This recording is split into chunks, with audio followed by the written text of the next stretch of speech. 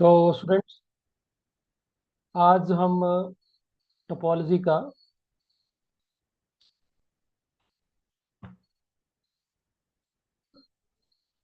Second lecture है आज। तो सेकंड लेक्चर में कुछ एक डेफिनेशंस हैं। तो सबसे पहले हम करेंगे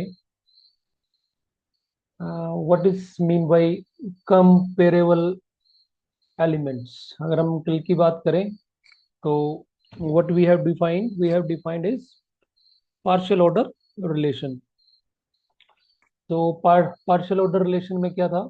सबसे पहले फर्स्ट प्रॉपर्टी थी कि x is related to x। दूसरा था कि x अगर रिलेटेड टू y है और y is related to x है, देन x और y बराबर है। And third is if x is related to y and y is related to z, that implies x related to z। तो partial order set, जिस भी sets में ये तीन प्रॉपर्टीज होल्ड करते हैं तो उसको हम पार्शियल ऑर्डर सेट बोलते हैं, पार्शियल ऑर्डर सेट बोलते हैं। और इसको बोलते हैं पार्शियल ऑर्डर रिलेशन। ये जो रिलेशन है इसको बोलेंगे पार्शियल ऑर्डर रिलेशन। तो कंपेरेबल एलिमेंट्स क्या होंगे कि अगर two elements two elements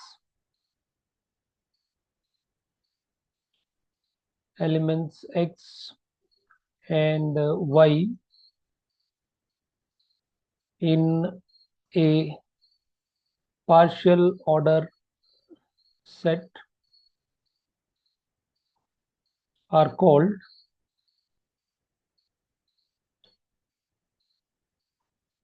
comparable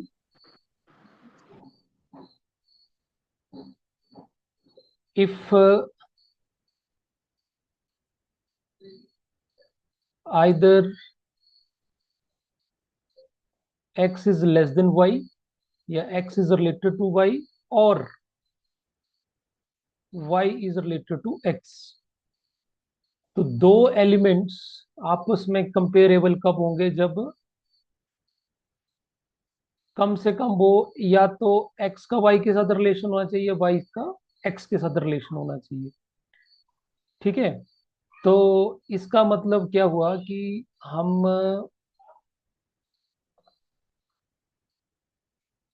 अगर कंपेयर करें कि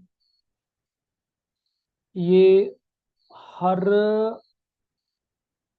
पार्शियल ऑर्डर सेट में क्या कंपेरेबल एलिमेंट होंगे कि नहीं होंगे। अगर होंगे तो सभी होंगे या कुछ एक होंगे।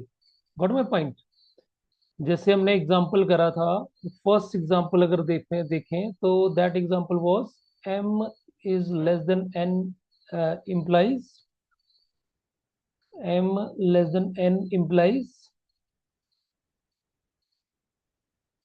m divide n। और यहाँ पे जो p था वो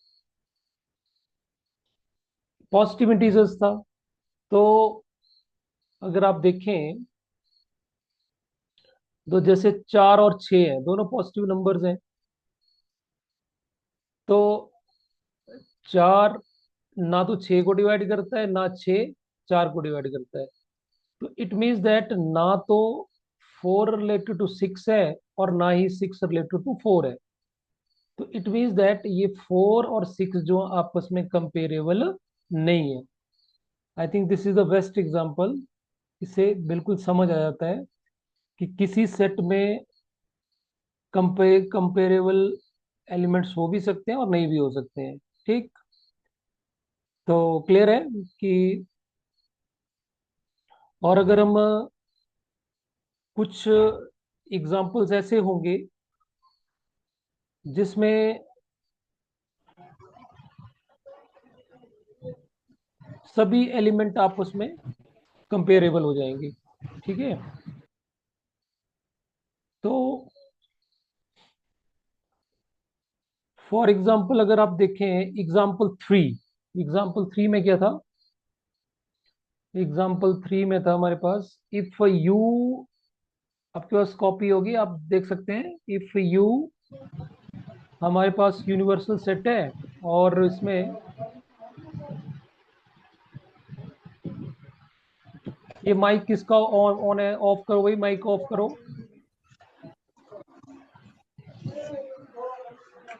सुहानी, इसको ऑफ करो।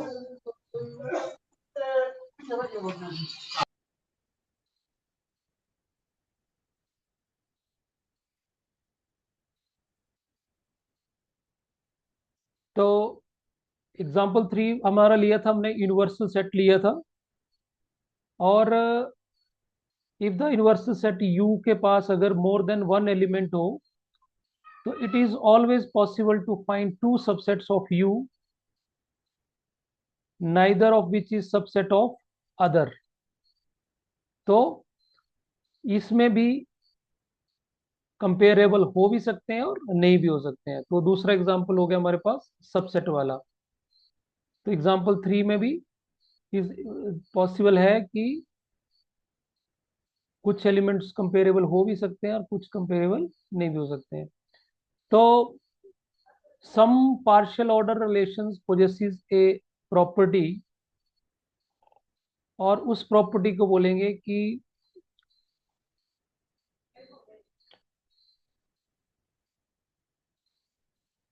To elements are comparable.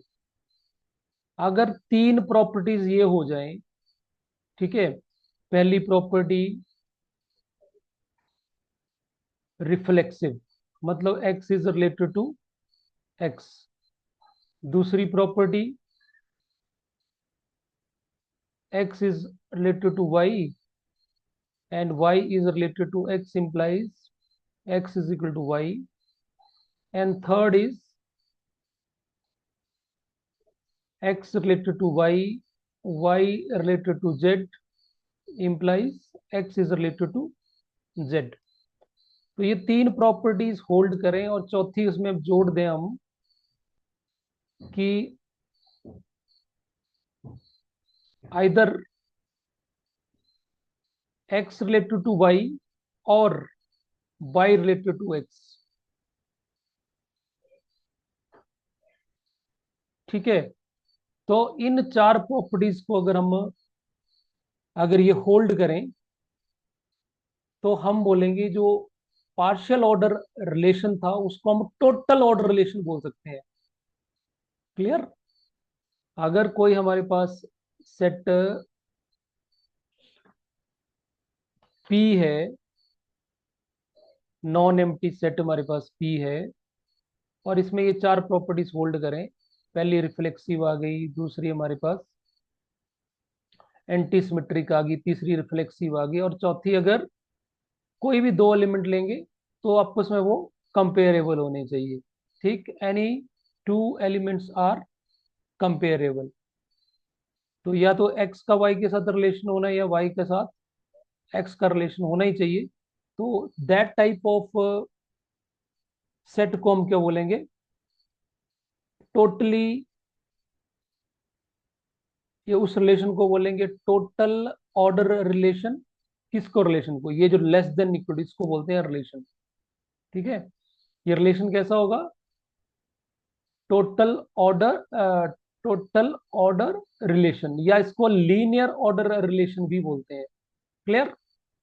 और ये जो P है, जो ये नॉन एम्प्टी सेट होगा, तो यहाँ पे हम लिख भी सकते हैं कि a partial order relation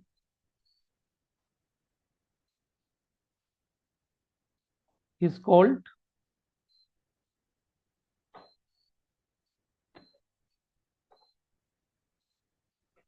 A partial order relation is called total order relation if it satisfy these four properties। and जो सेट है, पार्शियल ऑर्डर सेट है P, उसको बोलेंगे टोटली ऑर्डर्ड सेट। और P को क्या बोलेंगे? P is called totally totally ordered set, या इसको बोल सकते हैं हम लीनियरली ऑर्डर्ड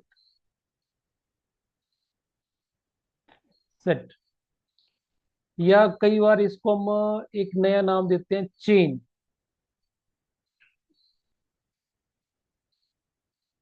ठीक है, तो चेन भी इसी को बोलते हैं। कई बार इसको हम बार बार यूज करेंगे स्टूडेंट्स कि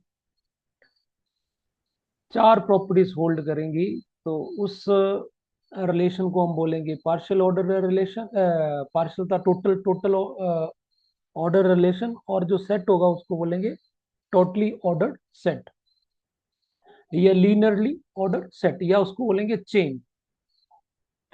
ठीक। और फॉर एग्जांपल अगर हम देखा जाए, जो एग्जांपल टू है, एग्जांपल टू क्या था हमारे पास, एक्स इज लेस देन, इसको हम बाद में करते हैं मैक्सिमल वाले का, पहले इसी को चेन को क्लियर कर लेते हैं। तो जैसे एग्जांपल टू था, एग्जांपल टू हमारा क्या था, उसमें था कि पी आपका सेट ऑफ रियल नंबर्स था, रियल नंबर्स थे, और रिलेशन क्या था, एक्स लेस देन वाई, का मतलब था कि एक्स इज लेस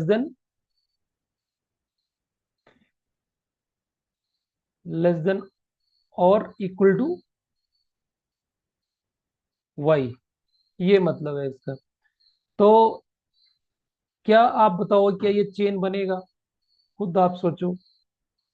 इस इस रिलेशन के लिए हमने कल इसको प्रूव किया था कि ये पार्शियल ऑर्डर रिलेशन है, और पी जो है वो पार्शियल ऑर्डर सेट है। क्यों? क्योंकि पहली प्रॉपर्टी होल्ड करी, दूसरी प्रॉपर्टी होल्ड करी, और तीसरी प्रॉपर्टी भी इसकी होल्ड करी। Got it? अब चौथी प्रॉपर्टी यहाँ पे हम चेक कर लेते हैं। चौथी प्रॉपर्टी क्या है? कोई भी दो रियल नंबर लेते हैं हम, कोई भी टू रियल नंबर।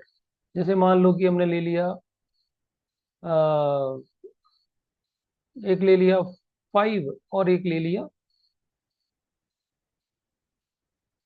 7 ले लिया।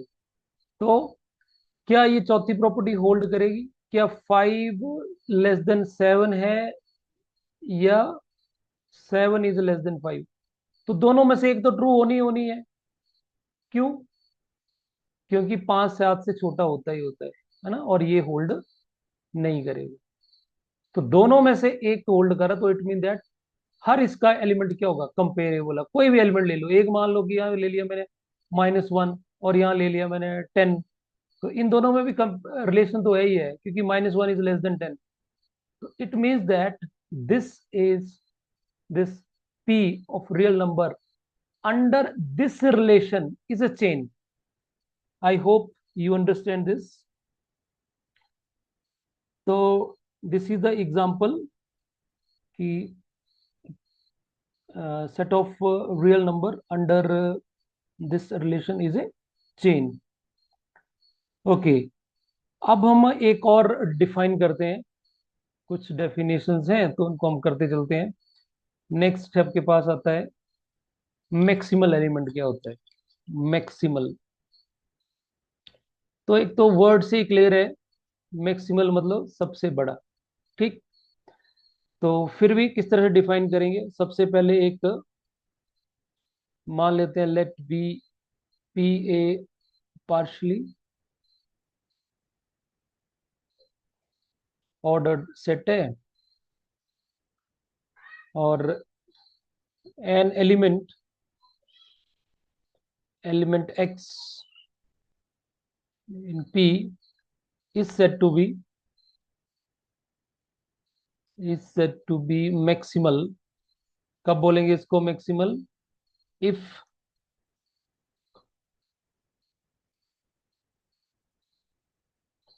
y is greater than equal to x implies y is equal to x। ठीक है, तो क्लियर सी बात है कि y जो है वो x से बड़ा है या इक्वल है। तो इसका मतलब है कि y जो होगा वो x के ही बराबर होगा। ठीक, इससे बड़ा कोई एलिमेंट नहीं हो सकता, क्योंकि y मैक्सिमल हम x को बोल रहे हैं। अगर हम यहाँ पे बोल रहे हैं कि 7 इज ग्रेटर देन 6 और हम बोल रहे हैं 6 मैक्सिमल है, तो पॉसिबल ही नहीं है ना, क्योंकि तो मैक्सिमल 7 होना है, तो इट्स नॉट पॉसिबल। तो उसी तरह ये लिख रहे हैं कि y greater than 6, y greater than equal to 7, और 7 को हम मैक्सिमल मान रहे हैं, तो डेफिनेटली जो भी नंबर इधर होगा वो x, और वो नंबर एलिमेंट जो होगा वो x के बराबर होगा। तो इससे क्या मतलब हुआ, that is if no element other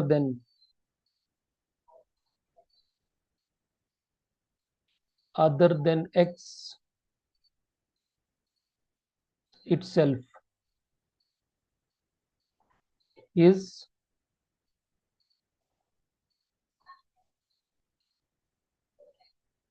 greater than or equal to x। Clear?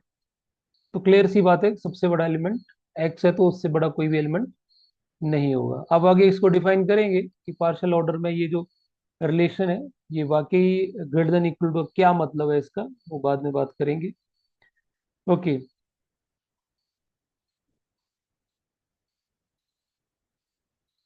तो मैक्सिमल एलिमेंट जो p में होगा वो ऐसा एलिमेंट होगा which is not less than और equal to any other element, वो किसी भी एलिमेंट से छोटा नहीं हो सकता। तो मैक्सिमम बोलेंगे तो वर्ड से क्लियर है। तो फॉर एग्जाम्पल अगर हम एग्जाम्पल 1 2 3 4 की बात करें, तो इसमें एग्जाम्पल 1 हमारे पास था p is a set of integers. तो क्या इसके पास कोई मैक्सिमल एलिमेंट होगा? एक्चुअली हमें एग्जाम्पल भी सामने रखने चाहिए थे। मैं एग्जाम्पल निकालता हूँ, अगर ये निकलते हैं तो। अभी निकलेंगे नहीं, कल हम कोशिश करेंगे कि जो एग्जाम्पल को साथ रखें। तो पहला इंटीजर वाला था, तो आप बताओ इंटीजर्स में मैक्सिमल एलिमेंट मिल सकता है क्या? इंटीजर तो बढ़ते जाएंगे, है ना, और उसमें कोई मैक्सिमल एलिमेंट नहीं होगा। सेकंड एग्जाम्पल जो था हमारा वो था सेट ऑफ रियल नंबर्स, और उसमें रिलेशन था x is less than equal to y, as usual less than equal to, तो उसमें भी मैक्सिमल एलिमेंट नहीं होगा। फोर्थ जो था वो था फंक्शंस का सेट ऑफ रियल फंक्शंस। तो फंक्शंस में भी एज यूजुअल कोई बहुत मैक्सिमल फंक्शन पॉसिबल नहीं होता है। लेकिन जो एग्जाम्पल 3 था वो था class of all subsets of some universal set U. तो सबसेट जो है, सबसेट में सबसे बड़ा एलिमेंट कौन सा होगा? सबसेट्स में जो सबसेट बनाएंगे हम, तो सबसे बड़ा कौन सा एलिमेंट होगा? वो यू इटसेल्फ होगा। जो थर्ड एग्जाम्पल था, अगर आप अपने नोट्स में देखेंगे, तो थर्ड एग्जाम्पल में क्या था? यू इज यूनिवर्सल सेट था, और पी क्या था? इसके सबसेट थे। P is a set of all subsets. तो डेफिनेटली यहाँ पे अगर हम एक पी की वैल्यू, अगर हम 1 2 3 ये लेते हैं यू की वैल्यू, तो इसके सबसेट जो बनेंगे उसमें आपको कल बताया था एक पाई होगा, और एक यू होगा खुद, और बाकी 1 होगा 2 होगा, ऐसे करके 8 बनेंगे। तो मैक्सिमल कौन सा होगा? सबसे बड़ा यूनिवर्सल ही होगा, इटसेल्फ होगा। तो एग्जाम्पल 3 का मैक्सिमल एलिमेंट एग्जिस्ट करेगा, और बाकी किसी का एग्जाम्पल एलिमेंट एग्जिस्ट नहीं करेगा। तो I hope this definition is also very clear to you. Next जो हमारे पास एग्जाम्पल है उसको हम लेते हैं। एग्जाम्पल तो क्या, next definition is lower bound. तो ये तो हमने बेसिक क्लासेस भी पढ़े होते हैं, लोअर बाउंड क्या होते हैं, अपर बाउंड क्या होते हैं। बट यहाँ पे थोड़ा सा फर्क स्टूडेंट्स ये रहेगा कि we are not dealing with the numbers only, we dealing with the sets, different sets. तो अगर हमारे पास एक सेट है, let capital A, we A, non empty, non empty subset,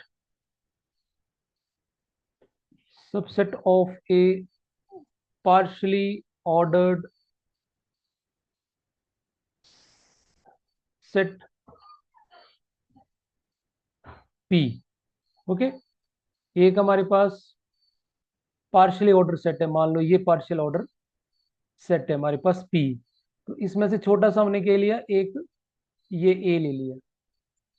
ठीक, तो हम बोल रहे हैं कि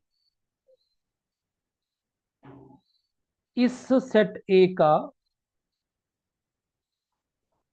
an element, element x in P, देखो एलिमेंट एक्स में लिया, यहाँ पे एक्स है पी के अंदर, is called a lower bound, lower bound of A if x is less than equal to a for all a belongs to capital A. ठीक, तो इसमें क्या हुआ, सारे के सारे जो इस ए के एलिमेंट हैं वो इस एक्स से बड़े हैं। ओके, अच्छा एक चीज और भी हो सकती है, ये एक्स पी के अंदर है तो ये एक्स इधर भी हो सकता है और बाहर भी हो सकता है, बाउंड्री पे भी हो सकता है। क्यों? क्योंकि पी, ये जो ए का पार्ट है वो भी पी का ही पार्ट है, तो एक्स अंदर भी हो सकता है बाहर भी हो सकता है। बस जैसे मैं आपको एग्जांपल बताऊं तो जैसे ये देखो एग्जांपल हम ले लें, 1 2 3 4, सॉरी इसमें दूसरा वाला एग्जांपल लेते हैं जो कलम ने,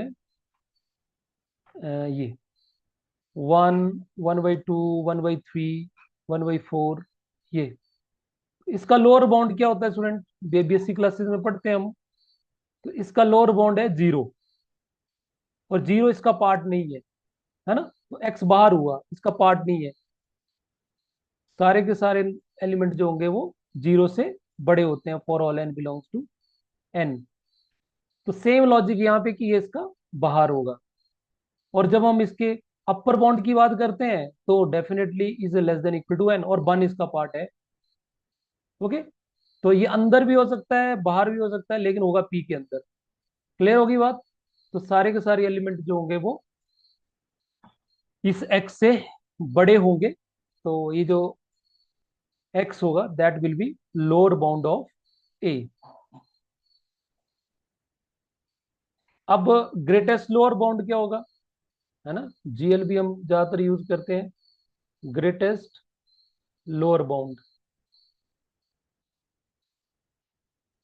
या इसको G.L.B लिखते हैं, या इसको इनफीमम भी यूज करते हैं हम, इनफीमम। ठीक, तो क्या होगा वो, जितने भी लोअर बाउंड होंगे स्टूडेंट्स, जितने भी लोअर बाउंड होंगे उन लोअर बाउंड में से सबसे बड़ा, वर्ड से क्लियर है, ग्रेटेस्ट लोअर बाउंड। तो क्या लिखेंगे, a lower bound of A is called a greatest lower bound of a if it is greater than or equal to every lower bound of a, every lower bound of a। Clear? Greater होगा सब सारे lower bound से, मतलब हम ये बात करें कि इस सेट में जब, अब आपके दिमाग में ये आ रहा होगा greater of low upper bound, every word use किया है एवरी, तो इसका मतलब क्या एक सेट के पास ज्यादा अपर बाउंड हो सकते हैं? यस, हो सकते हैं। अगर हम, मैं जैसे समझने के लिए इस एग्जांपल की बात करें तो 0 इसका अपर बाउंड है, सारे एलिमेंट जीरो से बड़े हैं, तो ऐसे भी ले सकते हैं कि सारे एलिमेंट -1 से बड़े हैं या -0.5 से बड़े हैं। तो सारे के सारे एलिमेंट जीरो से छोटे जो एलिमेंट हैं वो सारे के सारे क्या है, लोअर बाउंड है। पर इन सारे लोअर बाउंड में से सबसे बड़ा कौन? जीरो। तो इसको हम बोलेंगे it is greatest lower bound. ठीक है। तो सेम लॉजिक अगर हम अपर बाउंड के लिए भी लगा सकते हैं, जल्दी से इसको भी हम कर लेते हैं। अपर बाउंड, तो अपर बाउंड में क्या होगा? सारे के सारे एलिमेंट जो होंगे वो कि an element y belongs to P is said to be upper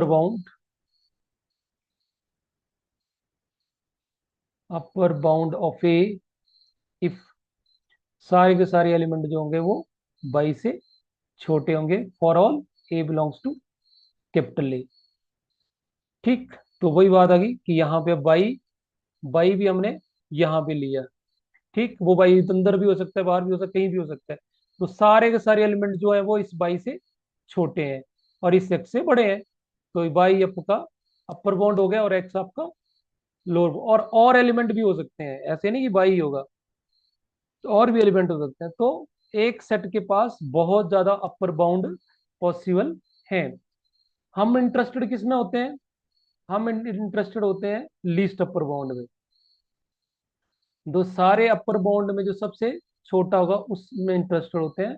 उसको हम L.U.B भी बोल देते हैं या कई बार सुप्रीमम भी बोलते हैं। क्लियर? तो उसमें हम क्या बोलेंगे कि ए least upper bound of A is an upper bound of A which is less than or equal to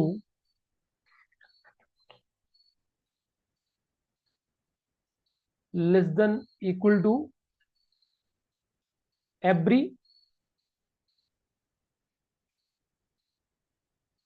upper bound। जितने भी अपर बाउंड होंगे उनमें से जो सबसे छोटा होगा that will B least upper bound. Clear हो गया? तो ये तो सिंपल सी दो चीजें थी। अपर लीस्ट अपर बाउंड क्या होता है और लोअर बाउंड क्या होता है। ठीक। पर हम एक बात लिख सकते हैं कि नोट फॉर्म में कि इस जो सेट है उसके पास have many lower bounds upper bound. आपको पहले बताया कि ए के पास बहुत ज्यादा अपर बाउंड हो सकते हैं, बहुत ज्यादा लोअर बाउंड हो सकते हैं। ठीक। तो और जो ग्रेटेस्ट लोअर बाउंड होगा और जो लीस्ट अपर बाउंड होगा वो पक्का यूनिक होगा। ओके। तो व्हाट वी कैन से कि ए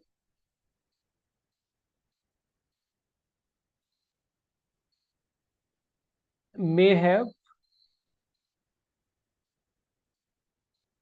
many lower bounds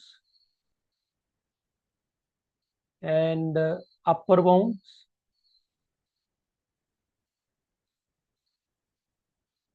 but least upper bound या पहले ग्रेटेस्ट ले देते हैं, greatest lower bound and least upper bound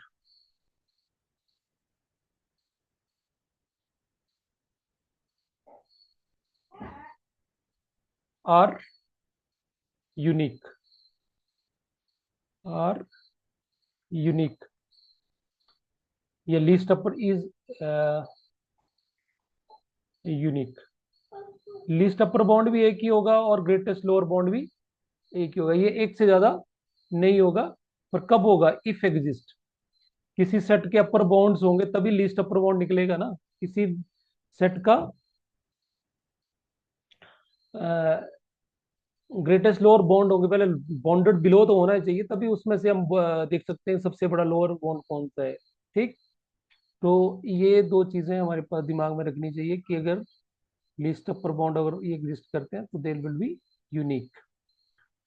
okay, so we are now do some discussion on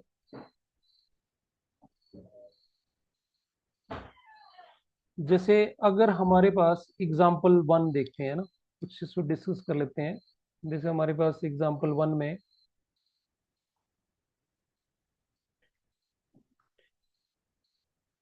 example one में यहाँ पे कोट कर देता हूँ। एग्जाम्पल वन क्या था? एग्जाम्पल वन में P हमारे पास, P is set of all positive integers, और रिलेशन क्या था? M is relation less than equal to N, means M divide N, ये हमारे पास था। तो अगर एक सबसेट लेते हैं इसका, तो हमने लेट ए ले लिया सबसेट ऑफ पी। ठीक। और ए के पास दो एलिमेंट है। ठीक, सेट ऑफ इंटीजर्स है तो इसमें आपके पास सारे पॉजिटिव इंटीजर होंगे। तो ए में मान लेते हैं कि हमारे पास 4 और 6 जो है वो ए के पास हैं। और भी हो सकते हैं पर दो एलिमेंट। तो अगर हम मान लें कि दो ही एलिमेंट है इसके पास, ए के पास दो ही एलिमेंट मान लेते हैं थोड़ी समझने के लिए। तो पी सेट है तो let A is equal to 4, 6। ठीक। तो अब हम इसकी बात करें कि अपर बाउंड ऑफ 4 और 6 क्या होगा? What is the upper bound of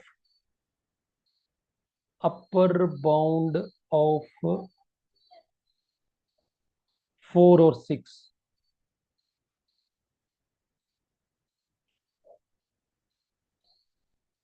तो अपर बाउंड ऑफ 4 6 वो होगा कि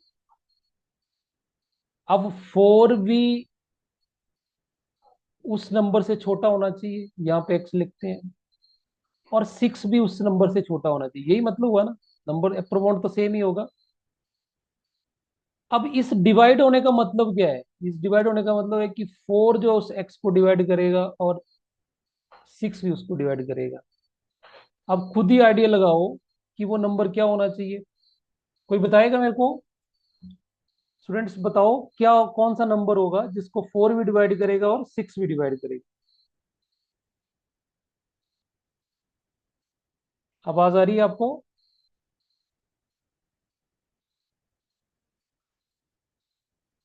हेलो, सुन पा रहे हो आप? तो स्टूडेंट्स क्लियर सी बात है कि यहाँ नंबर क्या होगा? या तो 12 होगा, या 24 होगा, या 36। What this mean? It mean that 6 और 4 का मल्टीपल, तो लीस्ट कॉमन मल्टीपल होना चाहिए। क्लियर? तो इसका अपर बाउंड क्या होगा? तो upper bound of this set 4, 6 is any positive integer, क्योंकि होगा तो वो पी से ही, पी के अंदर ही होगा। Positive integer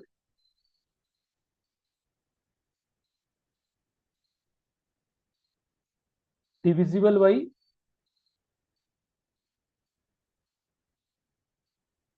both 4 and 6। ठीक है। सो दैट इज क्या होगा, 12 होगा, 24, 36 एंड सो ऑन सो। तो ये सारे के सारे क्या है, अपर बाउंड है। All are upper bound for